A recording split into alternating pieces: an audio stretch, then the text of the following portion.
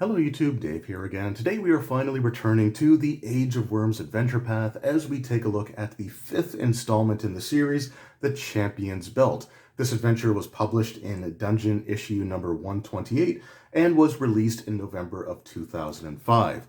The Champion's Belt is an adventure designed for a group of 9th level characters, and they should reach 10th and possibly even 11th level by the time they complete the events here.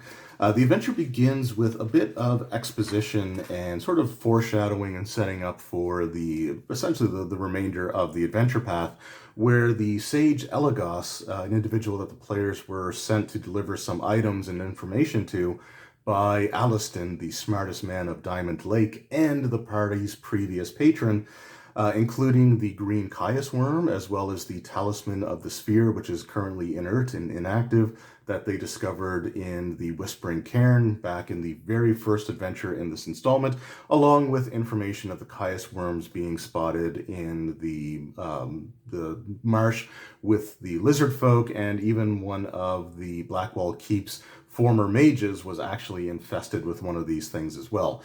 Taking in all the information, studying his various tomes, Elagos has finally kind of reached the conclusion that all of these events point to the minor deity of undead creation and mastery known as Caius. The worm-infested undead, the little green worm the preserved Caius worm that they had sent to him, is actually something that's come from Caius's most well-known but least powerful creation, the spawn of Caius, and that the cult of Caius has typically always been relatively small and isolated from other potential cells.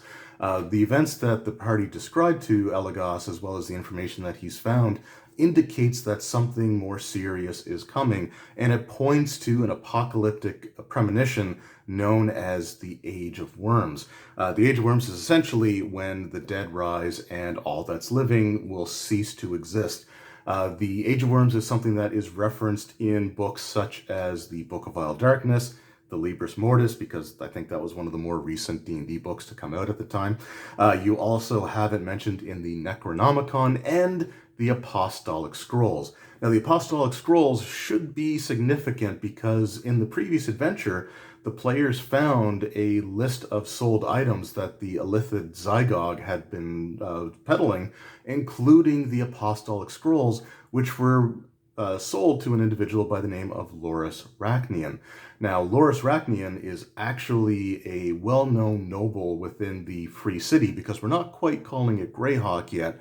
They will eventually fully set this in the Greyhawk campaign setting in some future issues, but for the time being, they're still keeping things relatively generic, so we're just calling this the Free City for the time being. But he owns and operates the Gladiatorial Arena, which is about to enact their annual Champions Games, a gladiatorial event where teams from all across the land congregate and try to vie for the Champion's Belt, a symbol of excellence that the winners get to hold on to for an entire year to show that they are some of the best warriors in the land.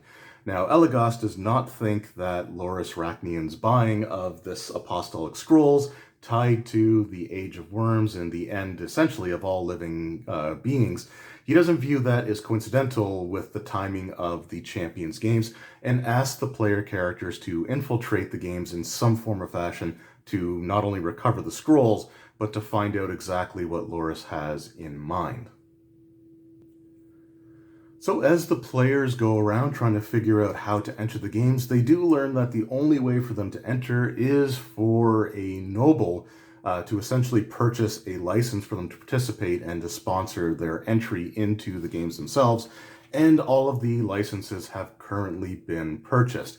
Now, this may seem like a bit of an obstacle or a roadblock. However, a little while after the players start inquiring as to how they can enter, they are approached by a mysterious woman by the name of Celeste. She approaches the players on behalf of her patron, a man by the name of Echium Smallcask. Now, I'm going to be honest, the names in this adventure are really likes your fantasy names that are very, very difficult to try to get a solid pronunciation on. Most of them look good on paper, but once you try saying them, they are kind of a pain. So let's not get hung up too much on the way that I pronounce the names. They are completely made up, so let's just go along with what I can do as my absolute best here, and I am trying. Mr. Smallcask, I think I'm just going to call him that for the time being. He is one of the individuals who has purchased a license to enroll a team into the Gladiator games, the Champions games, and unfortunately, he doesn't currently have a group of warriors or adventurers to actually enter into the games. So this is pretty fortuitous, as the players need to find a way into the games, and this individual has a way into the games and needs to find a group of people to enter on his behalf. Once the characters enter the games, they do get an opportunity to interact with not only the other gladiators, but also a chance to meet and sort of get a gauge on this man by the name of Loris Rachnian, as well as the previous winner of the Champions game, a man by the name of Auric, who seems to be pretty popular going into the games itself. So they have their free dinner, and once their dinner is complete, they are sequestered away to the barracks underneath the arena itself, where they are required to remain until the end of the games themselves. The games are actually a pretty cool section of the adventure, and I think that they're actually designed pretty well. There is sort of a reputation system that the adventure uses with the players, essentially starting with the lowest rank, or one of the lowest ranks possible. But as they win fights, they get higher and higher ranks, which essentially means that the crowds are more and more behind them. The first battle that the players take part in is actually a four-way fight with three other teams. The Arcane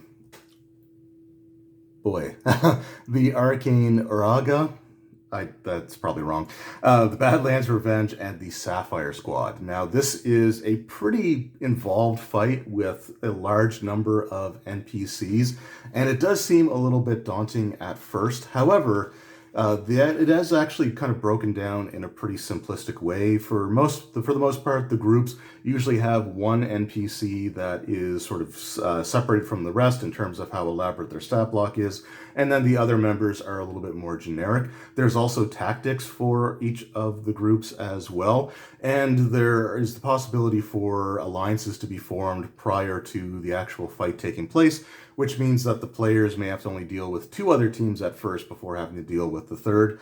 It seems like I said, a bit of a cluster, but it actually did operate pretty smoothly, and I'll get more into sort of my recollection of running this adventure in a little bit.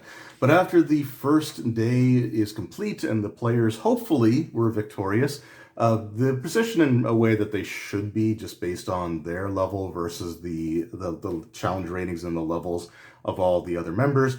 But once they've completed the first fight, later on in the evening, before they go to the third day, with the second day being a rest day, they are visited by Mr. Smallcask himself, and he informs the party that he may or may not, he does, have ulterior motives for asking the players to enter the games as his representatives.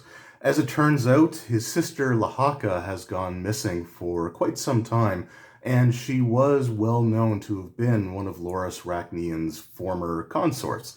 Mr. Smallcask suspects foul play, and he wishes for the players to sort of delve deeper into the complex beneath the arena to try to find any information that they can about what happened to his sister.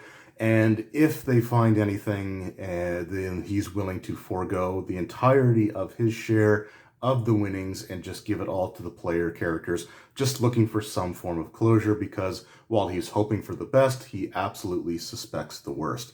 Now, on the third day, the player characters are involved in a battle with a pair of dwarven barbarians. This is a sort of a one-team versus one-team fight, and the rules of the gladiatorial games is that while lethal combat is a possibility, it's not supposed to be encouraged. And if someone surrenders, which they do by simply dropping their weapons or any armaments that they may have, dropping to their knees and holding their hands up, then anyone who goes to attack them after that is immediately disqualified. However, these dwarves aren't actually as concerned with winning the games as they are concerned with taking care of the player characters. As it turns out, Loris Rachnian has learned about the player characters' involvement not only in the Champions games, but also their involvement with the sage Elagos, who has been asking some pretty uncomfortable questions about the Apostolic Scrolls that Loris had just recently purchased. The dwarves have been ordered to take out the player characters, attacking them even if they surrender, with the knowledge that if anything happens to them, such as them being charged by the city guard for attempted murder, that they will be quote-unquote taken care of. However, again, this fight is something that the player character should hopefully succeed at. The barbarians are pretty tough, but it's 2 against likely a group of 4, so it is a fight that is memorable, it's a fight that's tough, but it is one that the player characters should ultimately be able to come out on top of. But the dwarves do use some dirty tactics because they are essentially the muscle for Loris at this point. The party has been scouted, and the first target for the dwarves is to take out the group's healer so that the rest of the group should be easier to take out. And if any of the party members possess a particularly powerful weapon, the dwarves have been equipped with adamantine weapons and the knowledge of how to sunder those weapons, destroying anything that the players may have. Adamantine weapons ignore hardness for most materials, so doing a sunder attack against a PC's weapon with an adamantine weapon is a very good recipe for destroying that party member's beloved item. I'll talk a little bit more about that aspect of it sort of at the end, but these guys definitely fight dirty. On the 4th day, the third fight for the player characters, should they have progressed this far, is against a creature by the name of Madtooth the Hungry, a froghemoth that's been brought to the Free City from the Barrier Peak. So again, with these sort of adventure paths from Dungeon Magazine, I love the fact that they do try to work a lot of references to other classic D&D modules, sort of slide them in there. So we actually do get the Barrier Peaks, and we get one of the greatest creatures of all time, the Froghemoth. And then the final fight, the very final day of the Gladiatorials games, the Champions games, involves the championship match with Oryx Warband taking on whoever made it to the finals, which is most likely going to be the player characters. Now, while this is all going on, sort of in between these fights, the characters are sort of trying to explore their way sort of deeper and deeper into the complex beneath the arena itself. And here is where they find a shrine dedicated to the god Caius. Now, in here, they also find a priest of Caius, a tiefling, and a 3rd edition tiefling. So we're going to see the picture here in a moment, but 3rd edition tieflings were very different from what we have from the 4th or now the 5th edition versions, which do have a pretty uniform look. The tiefling that is here is an individual by the name of Bozal Zol. And Bozal is a priest of Caius who is using the Apostolic Scrolls to create a creature known as the Apostle of Caius, something that is pivotal to ushering in the Age of Worms. Bozal also is currently being assisted by a reanimated zombie that is the former Lahaka. So Loris Rachnian essentially was, seeing Lahaka, but Lahaka was also having an affair with Auric, the champion from last year's games. And once he discovered this, Loris went into a fit of rage and had her killed. Now, Bozal was supposed to dispose of her body. However, rather than do that, he decided to simply reanimate her and he is keeping her in the event that he ever needs to get leverage on Loris for some reason or another. In fact, he's given the zombie a simple command that she is to make her way up into the arena and up into the free city if she does not see Bozal for more than 24 hours. So, like typical villains, they always have a plan to double-cross each other at the end. And then when the characters make their way through the rest of the Shrine to Caius, the sort of the dungeon area below this the arena in the free city, they come to the Apostle of Caius in Algrestasta. I hope I pronounced that right again, which is essentially a large worm-like creature that is currently being held inside of some sort of wall of force, which Bozal has a device that is keyed to deactivate. So this is what the Apostle of Caius looks like, and this is sort of the overall plan that Loris had. Now, a few different things can happen during the course of these events. So especially dealing with the Apostle itself. Now, if the player characters make their way through the dungeon, the Shrine of Caius, and find the Apostle, but are unable to deactivate the Wall of Force to deal with it, they manage to kill Bozal, who had the item that was key to it. Loris is upset by discovering that this has happened. However, he did have a fallback way of releasing the Apostle. The other thing is that the player characters could attack the Apostle, lowering the force field, but the Apostle of Caius manages to escape up into the arena. And then the third option is that they simply are able to kill the creature before it's able to escape into the arena itself.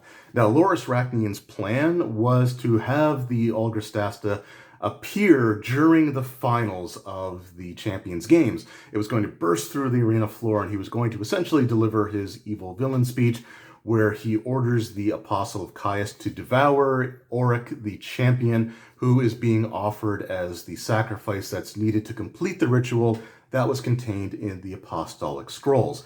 If the Apostle of Caius is successful in devouring Auric, the ritual is completed and a wave of negative energy emanates out from the Apostle, encompassing the entire gladiatorial arena, but also a significant portion of the city itself. The negative energy wave deals a significant amount of damage, and it's something that it's unlikely that many common citizens are going to be able to survive.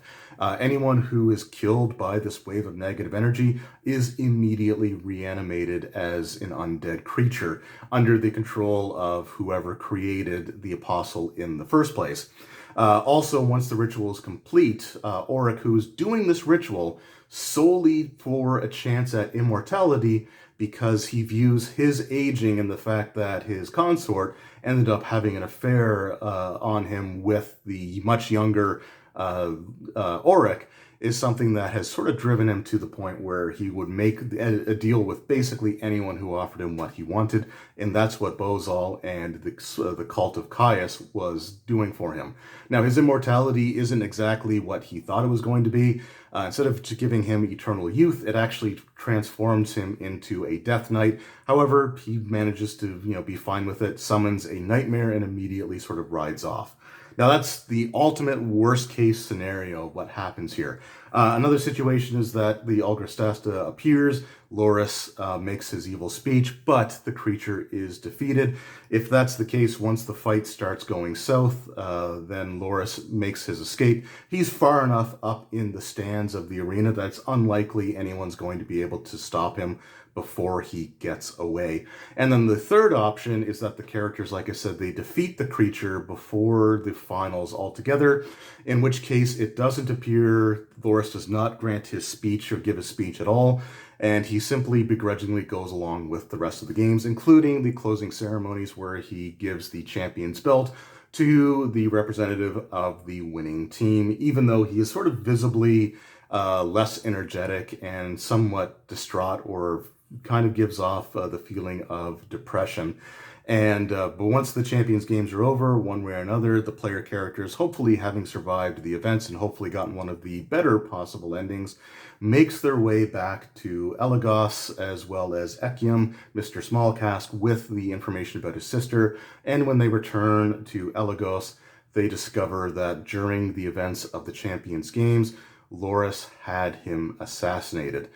Searching his manor for any sort of clues or information, the players discover an unfinished letter addressed to Aliston back in Diamond Lake, stating that the things that the players have sent to him, as well as the discoveries that he's made over the last couple of days, have truly shaken him to his core. But unfortunately, he's not able to elaborate on what those discoveries were, since the characters had gone to enter the games themselves. And with that, the players are left with really only one course of action, and that is to return back to Diamond Lake to speak with their former patron. And that was the Champion's Belt. It's a very interesting and very well-structured adventure, and one that's a little bit more sandboxy than a lot of the other adventures that we've had in some of these paths up to this date. I really liked the idea of the Champions Games, the sort of the gladiatorial nature of it. And even up until just a couple of years ago, I always wanted to try running some sort of event where, a group of players all get together and they all create their own band of like 4 characters and sort of compete in like a gladiatorial type of tournament. It's something that I've really enjoyed running in this adventure, and something that I've kind of wanted to do again pretty much ever since then. The structure of the games themselves is pretty simple and straightforward. The most complex event would have to be the opening battle with the 4 teams. The first day there are more teams than there are rounds, so there's a lot of like multi-group matches to go at the beginning, but I will say they did make it relatively easy to run that actual aspect of it. And it was just kind of cool to see again some of the throwbacks to previous modules or even their previous adventure path, because Celeste, the woman that introduces the player characters to Echium Smallcask, she was actually an NPC that played a very minor role in the Shackled City adventure path. Now, in the magazines themselves, it never really went into detail about her. However, in the hardcover, there's actually a bit more information given about Celeste, and that she was actually in Cauldron, sort of gathering information about what was sort of going on with the character, with the cult of the Ebon Triad there, which in the adventure that they were in the Shackled City adventure path, also did feature a spawn of Caius. So it was actually really interesting foreshadowing that was done all the way back in the second installment in the Shackled City adventure path, which was something that may have been throwaway at the time and may have been part of a plan that they had, but it is cool to see that the Ebon Triad and the Caius connection did carry over to play a much more significant part in this adventure. So having her, being back in this adventure to help the PCs again was actually a pretty cool moment. And when I ran this, my group did kind of remember her from the previous adventure path. So when I said the name and sort of described her, it was something that kind of clicked in their memories a little bit. Obviously not like a huge thing, but it's like she kind of sounds familiar. And then eventually later on, I revealed the fact that she was in that previous adventure. The story with Echium and Lahaka, his sister, and the love triangle going on with Lahaka, Loris Rachnian, and Auric, the previous champion, was all a pretty cool little storyline going on as well. And it was just kind of neat to have 2 separate stories going on basically at the same time, but them still being connected. My favorite part, like I said, of running the adventure was the games themselves. The fight with the first fight was great, but the fight with the dwarves I do remember very, very.